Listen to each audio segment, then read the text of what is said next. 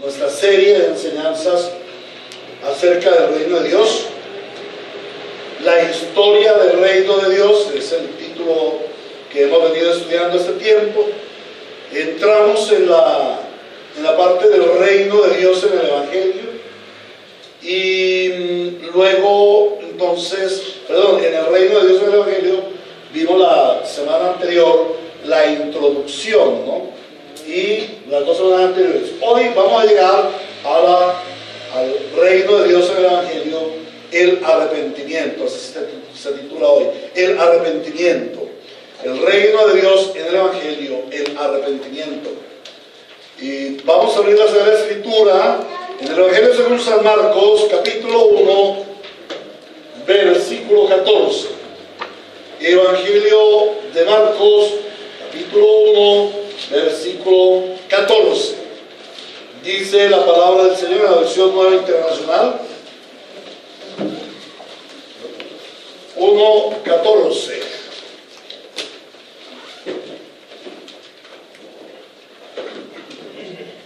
Dice la palabra del Señor en el nombre del Padre, del Hijo y del Espíritu Santo. Después de que encarcelaron a Juan, Jesús se fue a Galilea a anunciar las buenas nuevas de Dios. Se ha cumplido el tiempo, decía. El reino de Dios está cerca. Arrepiéntanse y crean las buenas nuevas. Palabra de Dios. Amado Señor, que eres nuestro Padre, eres Padre bueno que nos has adoptado como hijos tuyos. Hoy reúnes a tu grey, a tu rebaño, a tu familia, a tu pueblo, para que escuchemos la santa palabra de Dios. Tu palabra edifica la iglesia y hoy nuestro anhelo es ser más edificados a través del conocimiento de Dios y de su Hijo Jesucristo, evidenciado en la palabra. Pero también suplicamos, Señor, que por la predicación de tu palabra, aquellos que aún no han recibido el Evangelio, hoy les es anunciado el Evangelio, las buenas noticias del reino de Dios.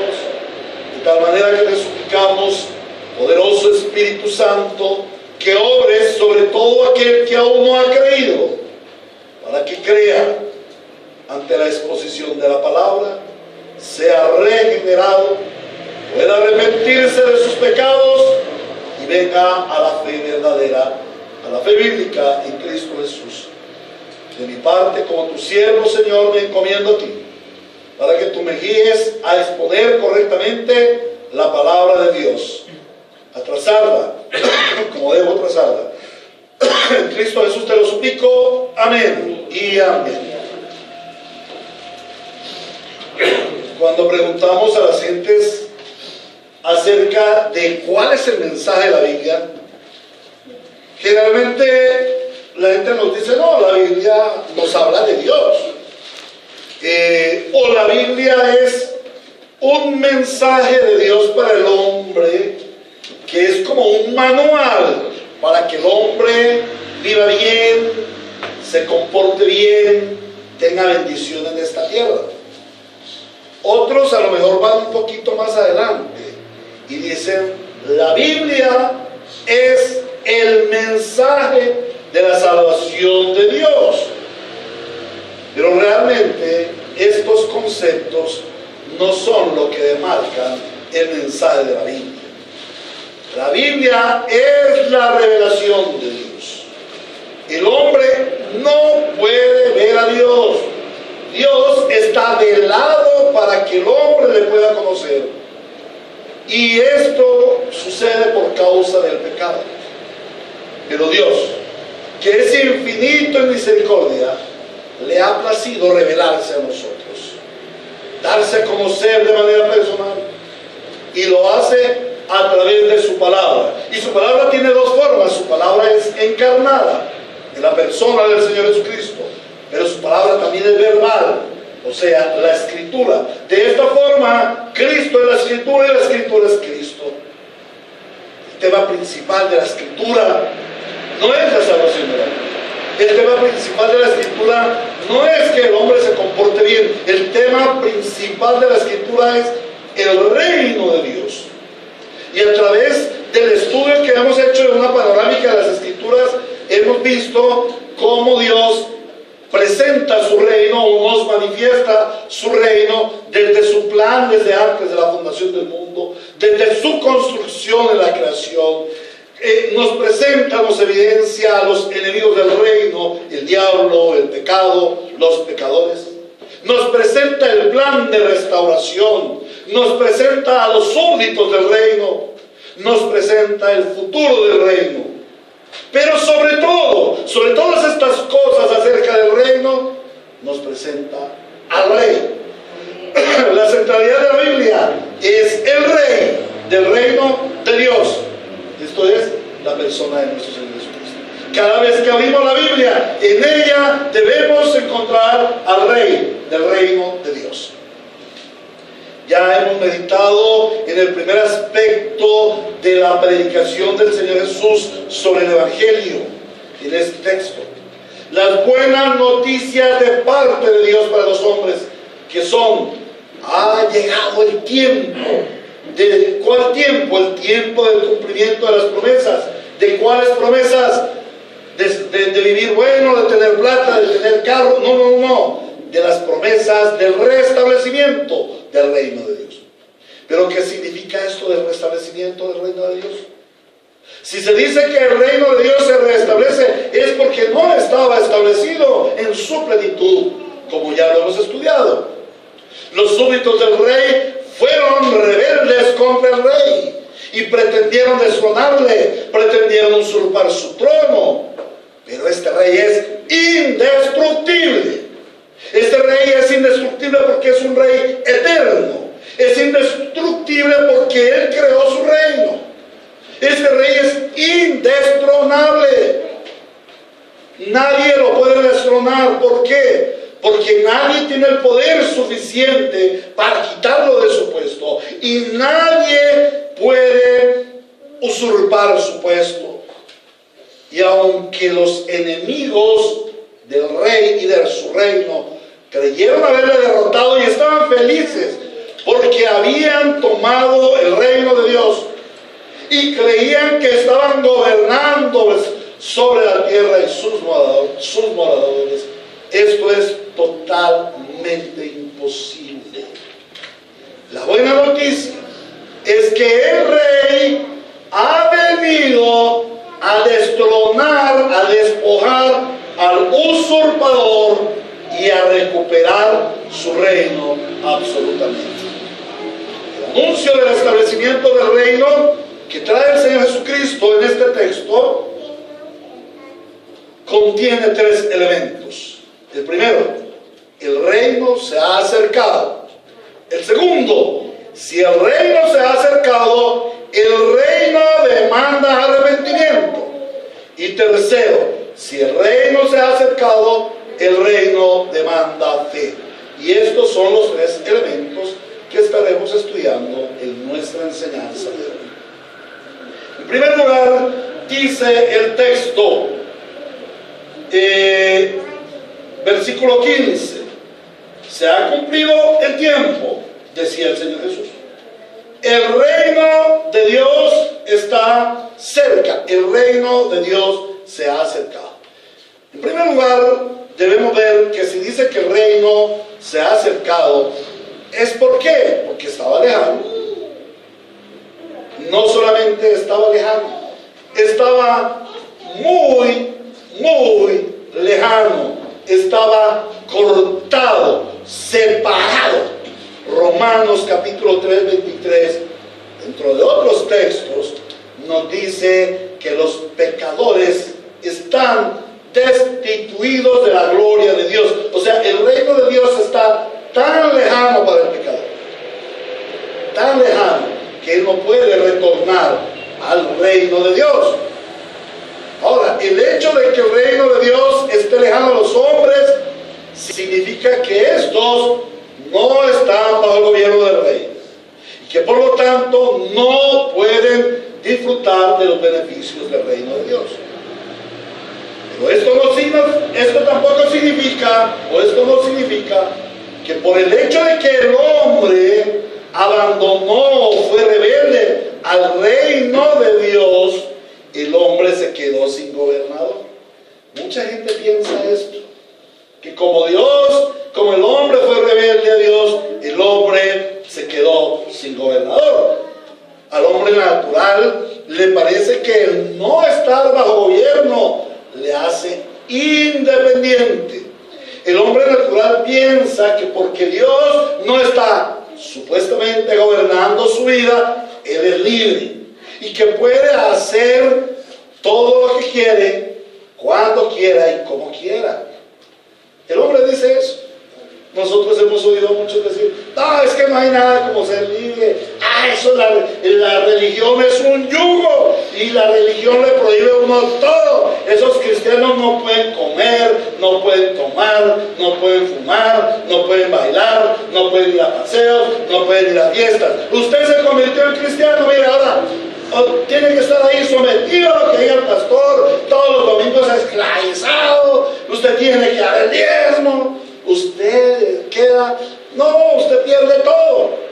En cambio nosotros podemos ir a fiestas, podemos rumbear, podemos tomar trago y emborracharnos, podemos fornicar y adulterar, y podemos hacer con nuestra plática lo que queramos hacer. Nadie nos manda, somos libres. Eso dice la gente, eso cree la gente. Pero resulta que cuando el hombre fue rebelde al gobierno de Dios, el hombre no quedó en posición de gobernarse a sí mismo, sino que al pecar, el hombre se sometió al tirano, al padre del pecado, a Satanás. El hombre no hace lo que quiere, sino lo que su gobernante le impone, y ese tirano le impone el pecado. Cuando el Señor Jesús anuncia que el reino de Dios se ha acercado, está anunciando el fin del reino del tirano y el fin del reino del pecado en la tierra. Está anunciando el desplazamiento del tirano que ha sometido a los hombres al pecado. Muchas personas aseguran que el hombre tiene gobierno de sí mismo y que puede dominar su pecado, que tiene fuerza de voluntad. Usted ¿por qué no deja de tomar? Tenga fuerza de voluntad y verá que usted deja de tomar y se vuelve una persona sobria. Usted tiene fuerza de voluntad, ¿por qué no deja a esa amante que tiene y se dedica a su hogar, a su familia? Usted fuma, mire, fumar produce cáncer. Entonces tenga fuerza de voluntad. Usted tiene fuerza de voluntad, ¿cómo no? Dios nos ha dado fuerza de voluntad, y con esa fuerza de voluntad nosotros podemos dominar, podemos gobernar el pecado. Esto es lo que dice la gente, pero esto es absolutamente contrario a lo que nos enseña la Biblia. El hombre está sometido a la voluntad del pecado y por sí mismo no puede ni tampoco quiere dominar su pecado, ni mucho menos salir de él. Porque el pecado es un dominio superior, es una tiranía impuesta por un dominador poderoso, Satanás.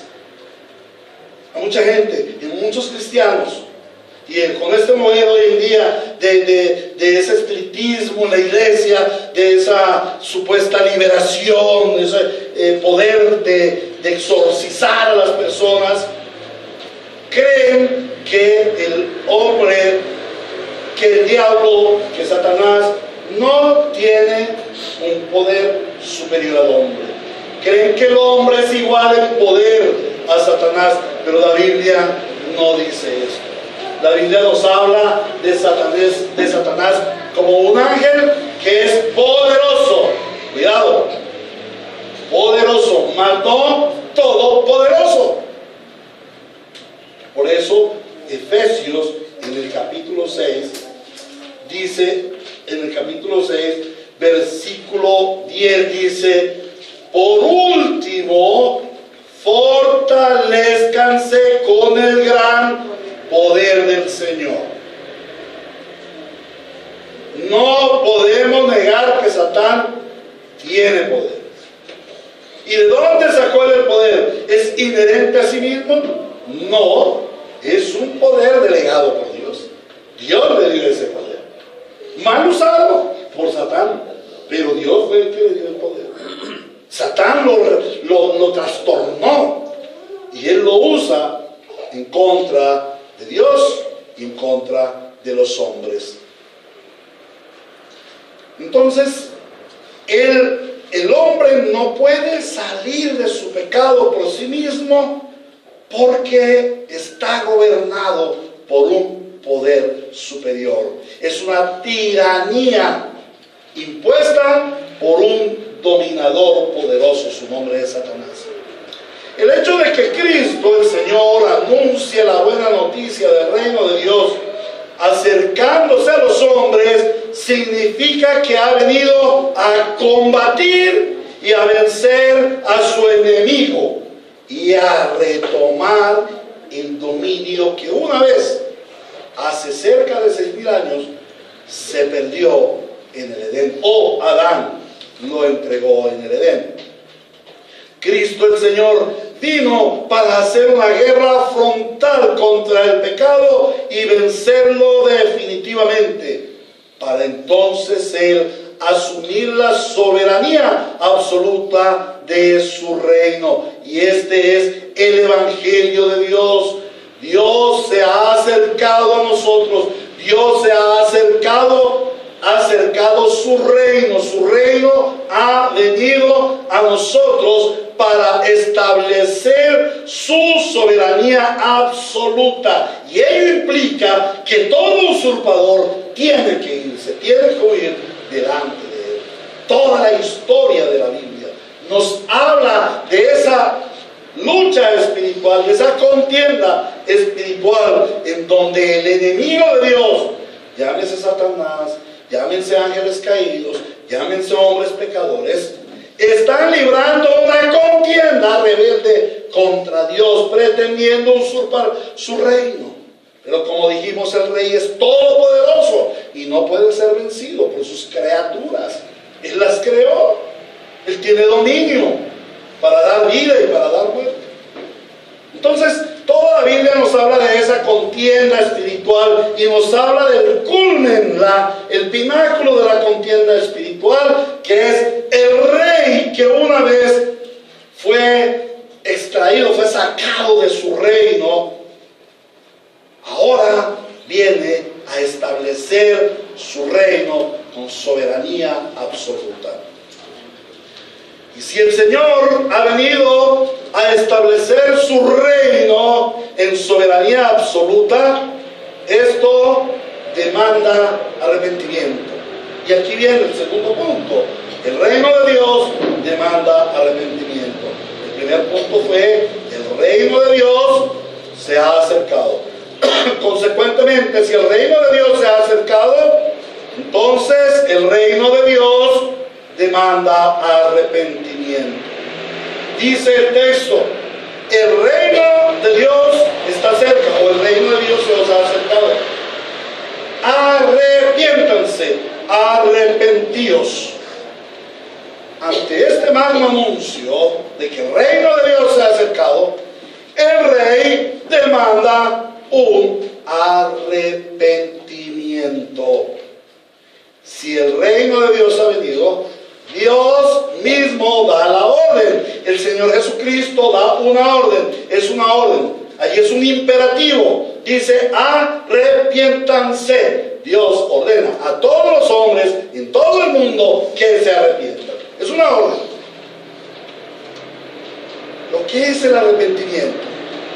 La generalidad de las personas, y esto incluye a muchos cristianos, piensan que arrepentimiento es ese dolor que la gente siente por sus actos malos.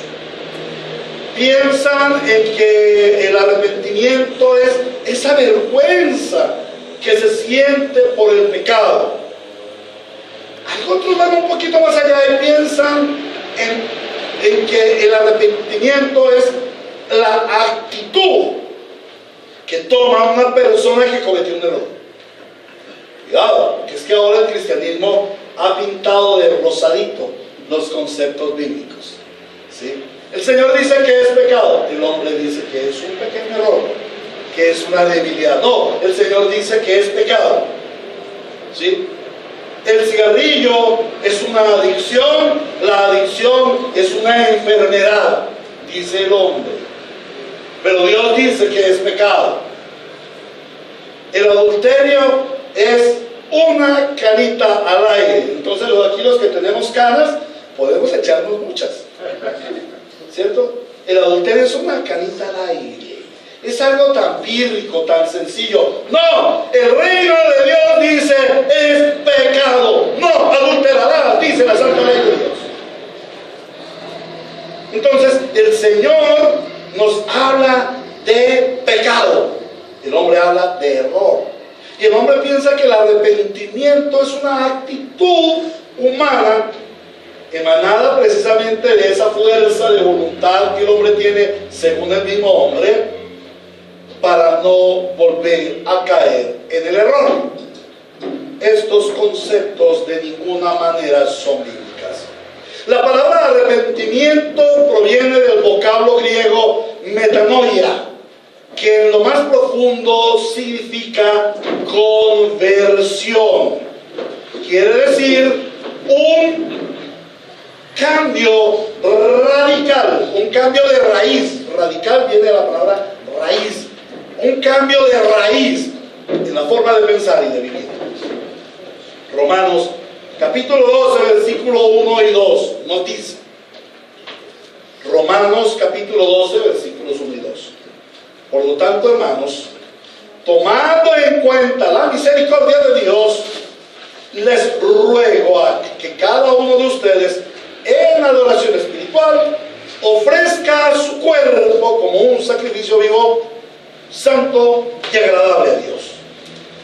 No se amolden al mundo actual, sino sean transformados, sean convertidos, sean arrepentidos mediante la renovación, mediante el arrepentimiento, mediante la conversión de su mente.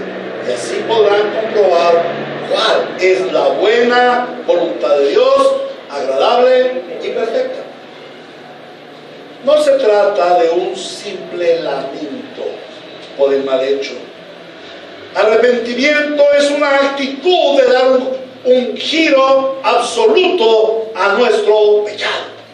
Algunos lo interpretan, lo dicen, es como un giro de 180 grados. Y eso es precisamente lo que demanda el rey. Pero ¿qué es ese giro de 180 grados? Cuando el hombre pecador está caminando su camino, él va directo al pecado, va directo a la corrupción de su mente, va directo a la muerte, al infierno. Un hecho de arrepentimiento es girar 180 grados, no 90 grados como dicen unos, o 360 como dicen otros, sino 180 grados, es hacer un giro, devolviéndose y caminando hacia el reino de Dios.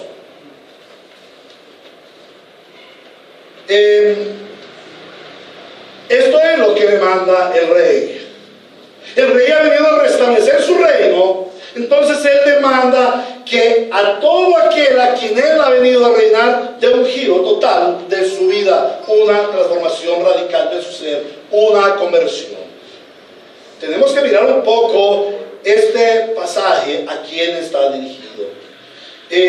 Marcos generalmente está hablando a los romanos, pero cuando el Señor dice en el capítulo 1, dice: comienzo del Evangelio de Jesucristo, el Hijo de Dios, sucedió como está escrito en el profeta Isaías. Allí está hablando a los judíos. Este texto está enmarcado en una presentación a los judíos, aunque estos judíos estuvieran en Roma. Los judíos sabían de Isaías, donde dice: yo estoy por enviar mi mensajero delante de ti, el cual preparará tu camino, voz de uno que grita en el desierto. Luego nos habla del bautismo del Señor Jesús. Luego nos habla de el llamamiento de los primeros discípulos en el contexto a donde está esta palabra que estamos hablando hoy. Él está hablando en el llamamiento de sus primeros discípulos. O sea que él se está dirigiendo a los judíos. ¿Y qué significaba para un judío esta demanda de arrepiéntanse? Porque es una demanda, no es una orden, arrepiéntanse. ¿Qué significaba para un judío esta demanda? Hermanos, para un judío esta demanda era una terrible, una gran ofensa, porque ellos estaban convencidos de que ellos eran el pueblo especial de Dios, que ellos eran súbditos del rey, y ellos estaban esperando a ese rey prometido. Y eso implicaba que ellos eran personas buenas, que con actos buenos se habían ganado el aprecio de Dios. Allí no había misericordia, allí no había gracia, allí había un gran orgullo de parte de ellos. Ellos se creían que eran muy buenos porque ellos cumplían con las demandas de Dios. Entonces, el decirle a ellos arrepiéntanse era una gran ofensa. Pero la demanda de arrepentimiento no se circunscribe a esa moralidad o a esa religiosidad que tenían los hombres. Hoy en día son muchos los que se escudan en este argumento de la moralidad y de la religiosidad diciendo, yo soy bueno, ¿por qué arrepentirme? ¿Yo qué he hecho mal para arrepentirme? Yo soy un buen hijo, yo soy un buen papá, yo soy un buen hermano, yo voy a la iglesia todos los domingos, yo me confieso, yo llevo bien mi hogar, yo le he pagado la universidad a mis hijos, todo es un yo-yo. Y su moralidad extrema lo lleva a decir, yo no necesito del evangelio. ¿Por qué? Porque esto centra en su relación con Dios, en su moralidad.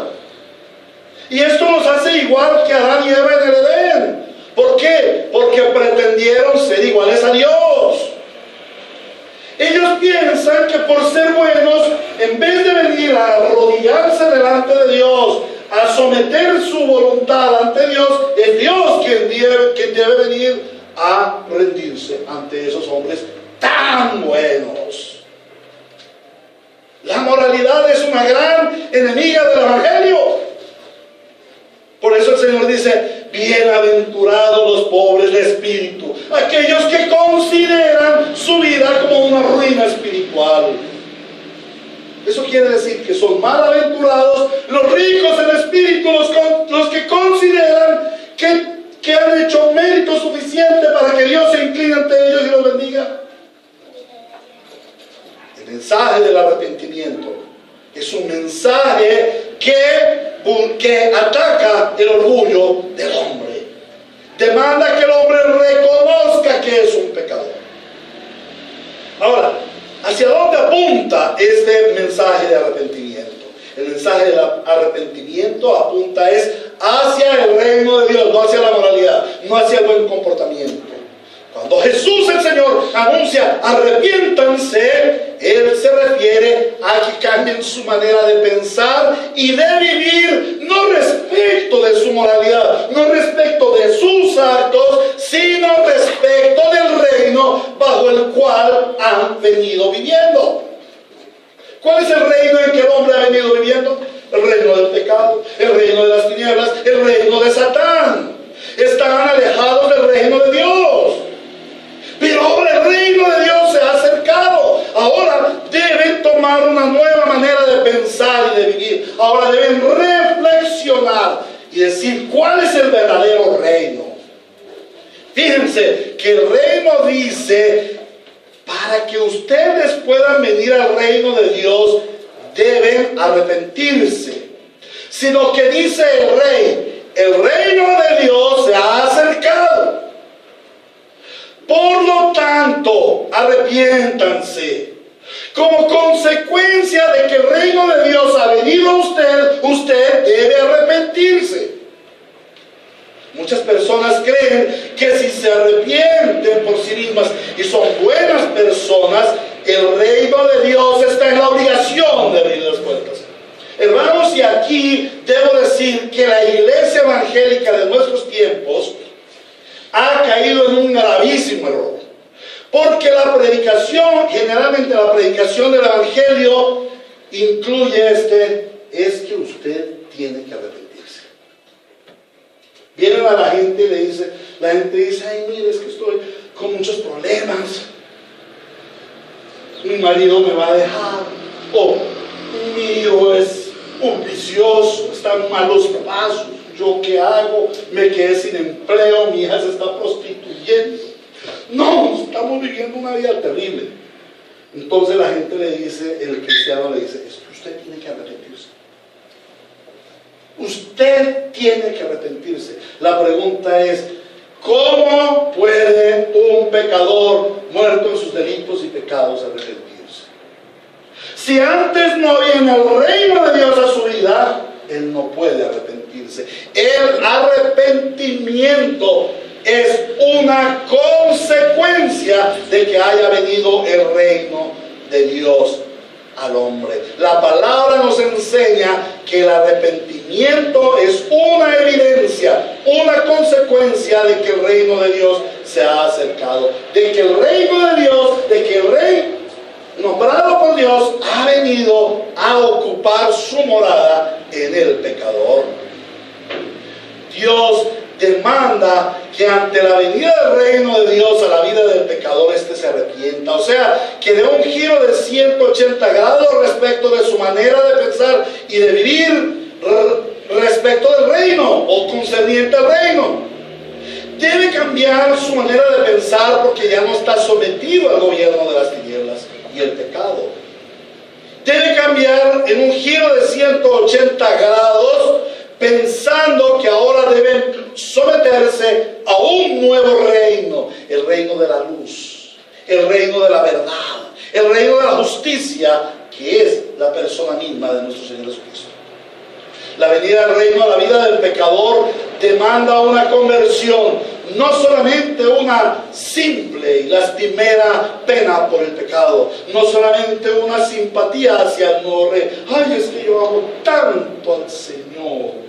Ay, sus llaguitas. Ay, cómo él camina eso. Esta noche lo vi. Y miren, yo lo llevo aquí. No, el Señor nos pide una simpatía, que la gente simpatice con Él. Él no vino a ser simpatizantes, Él vino a convertir a la gente, a establecer su reino en sus vidas. ¿Qué demanda el Señor?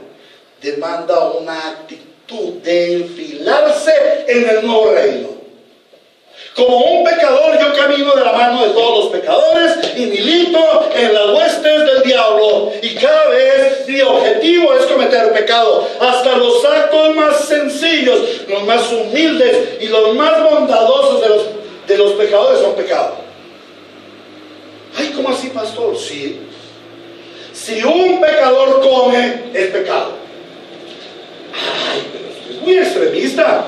¿Cómo así que si un pecador come es pecado? Sí, un pecador cuando come está pecando, porque come para tener fuerzas para pecar más. Ay, pero pobrecito, él no lo hace voluntariamente. Él sí, pero es que él está bajo el gobierno de su papá el diablo, del que lo sometió al pecado, y él no lo quiere reconocer. Entonces, cuando viene el rey, trayendo el rey de Dios, trayendo el reino de Dios, Él demanda, ahora ustedes deben dar un giro de 180 grados, un arrepentimiento y enfilarse en el ejército de Dios. Ser de las huestes espirituales de Dios. Romanos capítulo 6, versículos 11 al 14. De la misma manera, también ustedes considérense muertos al pecado, pero vivos para Dios en Cristo Jesús. Por lo tanto, no permitan ustedes que el pecado reine en su cuerpo mortal, ni obedezcan a sus malos deseos. O no ofrezcan los miembros de su cuerpo al pecado como instrumentos de injusticia. Arrepiéntanse. Al contrario, ofrézcanse más bien a Dios como quienes han dado un giro de 180 grados, han tenido un arrepentimiento, como quienes han vuelto de la muerte a la vida, presentando los miembros de su cuerpo como instrumentos de la justicia. Así, cuidado con esto, así el pecado no tendrá dominio sobre ustedes. ¿Cuál es la razón por qué el pecado tiene dominio sobre los cristianos? ¿Por qué el pecado aún gobierna en algunas áreas de nuestra vida?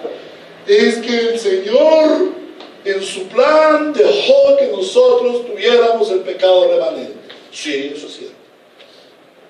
En parte. Pero Él también nos da la responsabilidad de arrepiéntanse y ser santos como vuestro Padre es santo. ¿Lo entendemos?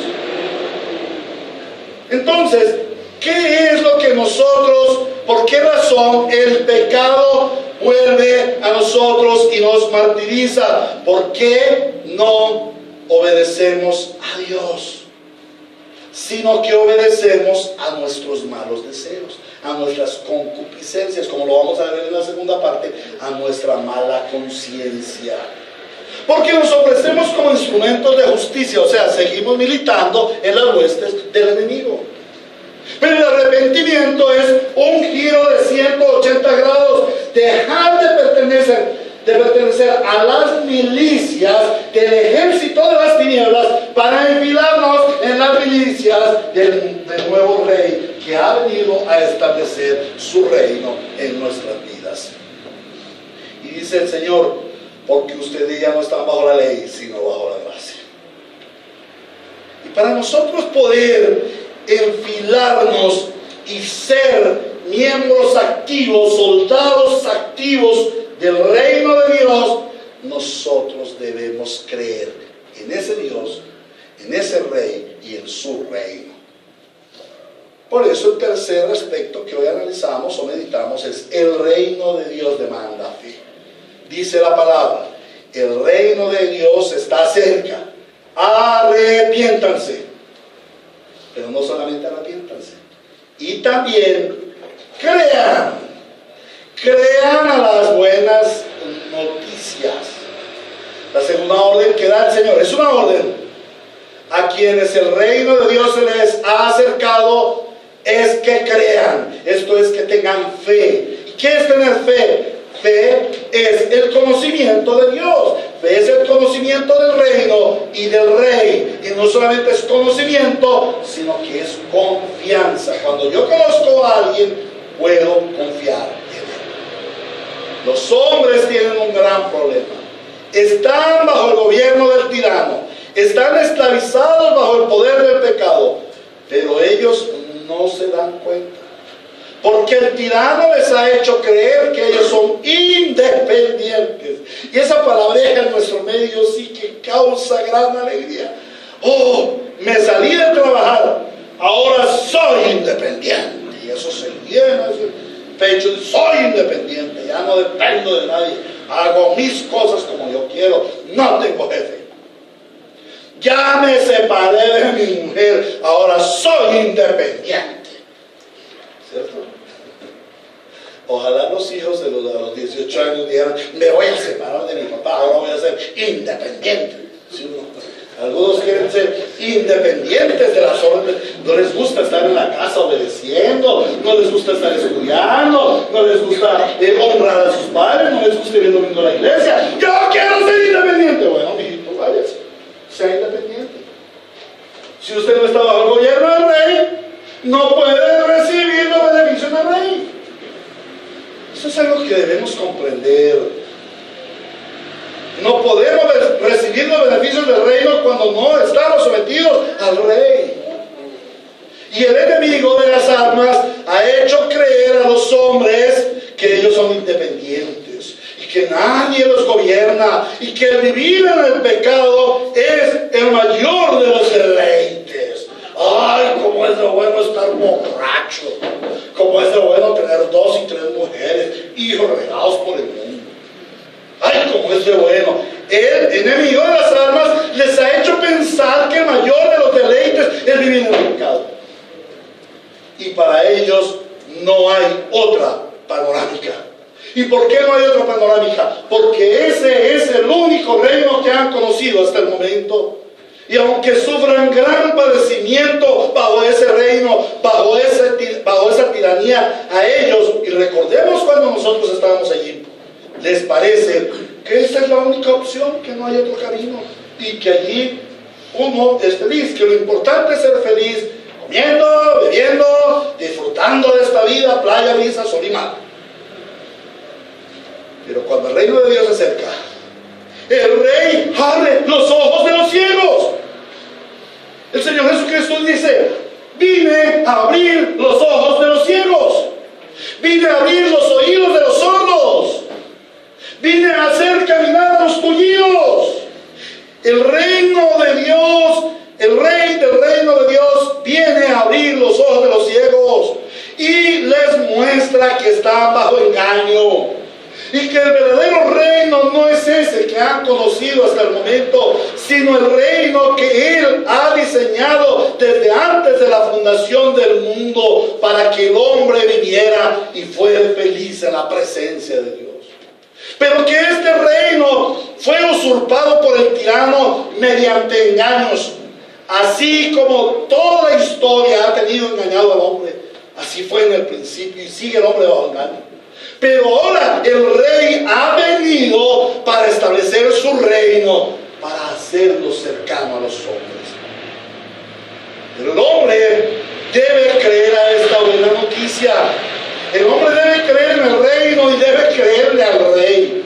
La fe no es simplemente creer en algo. La fe es creer en nuestro Señor Jesucristo como el rey del reino de Dios. Es creer que Él ha venido para restablecer su reino y que Él nos ha llamado para ser no solamente sus súbditos beneficiarios, sino súbditos combatientes, ejército comprometido con el reino de Dios. Y esto es algo que la iglesia no conoce en los días. Creer el Evangelio no es simplemente saber de la existencia del Evangelio, saber del reino de Cristo y de sus beneficios, sino conocer personalmente al Rey. Conocerlo en su soberanía, conocerlo en su poder, conocerlo en su gobierno, conocerlo en sus demandas, saber cuál es su plan, saber cuáles son sus leyes y cuál es su objetivo para con nosotros, sus gobernados. La iglesia de nuestros tiempos no ha penetrado en el conocimiento del Rey y de su reino. Y por ello la iglesia, los creyentes, no se pueden comprometer con el Rey. La iglesia no podrá avanzar el reino de Dios si no sabe lo que es el reino de Dios. La iglesia debe conocer al Rey soberano y rendirse a su voluntad. Este es el conocimiento que procuraremos en nuestras próximas enseñanzas sobre el reino en el Evangelio. Nuestras próximas enseñanzas están enfocadas a conocer el reino de Dios y a su Rey para poder creer verdaderamente en Él, en el Evangelio, y ser súbditos leales al Rey y a su reino. Ser el pueblo de Dios que vive bajo el gobierno de Dios, en el lugar de Dios, con la bendición de Dios, para la gloria de Dios. Lo que dice la Biblia acerca del reino de Dios. Y no las baraterías que están predicando los católicos, los testigos de Jehová, los evangélicos que aún no han investigado, no han estudiado la Biblia. Que el Señor tenga misericordia de nosotros y que establezca su reino en nuestras vidas. Para culminar, les voy a comentar una situación que me sucedió esta semana. Ayer le pregunté a mi hijo, y hoy se lo pregunto a ustedes: ¿saben ustedes cuál es el mandato que Dios le dio a su iglesia respecto del reino de las tinieblas? ¿Qué debe hacer la iglesia respecto del reino de las tinieblas y su rey, Satanás? combatir, pelear contra ellos, ¿cierto? La pregunta es, ¿y la iglesia de nuestros tiempos está peleando contra el reino de las tinieblas? ¿Cómo sabemos que el reino de las tinieblas está cediendo su poder? Cuando veamos millones de personas convertidas, cuando veamos bandidos, ladrones, guerrilleros, prostitutas, políticos convertidos, como se convirtió Escocia ante la predicación de Juan Knox. Una nación convertida por la predicación del evangelio fiel y leal al reino de Dios. Pero ¿saben ustedes por qué la iglesia no está combatiendo contra el reino de las tinieblas? Se los voy a decir. No es una frase mía. El señor Phil Miller, ¿cómo se llama? El del tercer milenio, Richard Pratt. Y me impactó, no se me ha olvidado, quedó grabado. La iglesia no combate contra el reino de las tinieblas, lo cual es su oficio, porque está enfrascada en pelear contra sí misma. Está perdiendo el tiempo peleando contra sí misma. El diablo está metiendo peleas entre la iglesia, entre nosotros aquí, los mismos hermanos. Porque tiene, porque no tiene, porque dijo, porque no dijo, porque me saludó, porque no me saludó, porque no me miró, porque me miró. Pero también por cuestiones de doctrinas y pensamientos de hombres. En estos días me escribió por el Facebook un hombre a decirme que nosotros no nos podíamos llamar iglesia reformada, porque los únicos que tienen ese santo derecho, que no sé dónde está constituido la Biblia, son ellos, el grupo al cual él pertenece. Es un grupo muy cerrado, porque ellos sí cantan solamente himnos, porque ellos sí hacen esto y lo otro. Yo realmente, hermanos, le debí decir, oh, perdóname mi hermano, respeto tu opinión aunque no la comparta, pero debo decirte algo. El reino de Dios tiene objetivos más altos y sublimes que estar peleando por estas bobadas, por estas nimiedades. El reino de Dios está llamado a combatir contra el reino de las tinieblas y a avanzar el reino de Dios en la tierra. Y eso es lo que debe hacer la iglesia, y eso es lo que debemos aprender nosotros como iglesia para avanzar el reino de Dios. ¿Qué aplicaciones debemos tener ante esta enseñanza? La primera es una pregunta. ¿Es usted un súbdito del Rey Jesús y su reino se ha restablecido en su vida? El hecho de venir a esta reunión, el hecho de oír este mensaje, le convoca a usted a analizar, a pensar. ¿Cómo estoy yo ante esta predicación? ¿Soy yo un verdadero súbdito del Rey Jesús? ¿Su reino ha venido a mi vida y se ha establecido? ¿O por el contrario, más bien usted es un enemigo del Rey, que ha estado sometido al gobierno del tirano y del pecado, y su vida está en las más densas tinieblas? Debo decirle que si en usted no se ha restablecido el reino de Dios, que si a usted no ha venido el reino de Dios, que si usted no se ha arrepentido de sus pecados y usted no ha creído el evangelio como evidencia del reino de Dios en su vida, solamente le espera una horrible expectación de juicio.